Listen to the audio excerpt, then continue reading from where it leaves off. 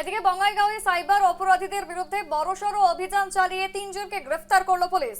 অভিযোগ, ভুয়ো নথিপত্র ব্যবহার করে বেআইনি সিম কার্ড সক্রিয় করে তা দেশজুড়ে সাইবার অপরাধীদের কাছে সরবরাহ করত ধৃতরা।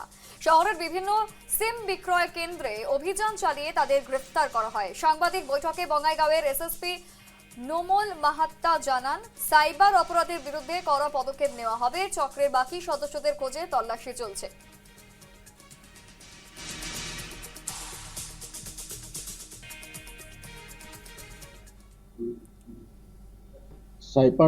চাইবাৰ অপৰাধীৰ বিৰুদ্ধে আমি সৰব হৈ আছোঁ আৰু চাইবাৰ অপৰাধী যিবিলাক ঘটনা সংঘটিত কৰিছে সেইবিলাক আমি অনুসন্ধান কৰি আছোঁ। আৰু এটা বিশেষ সূত্ৰৰ পম খেদি আমি যোৱাকালি এটা বিশেষ অভিযান আমি কৰিছিলোঁ।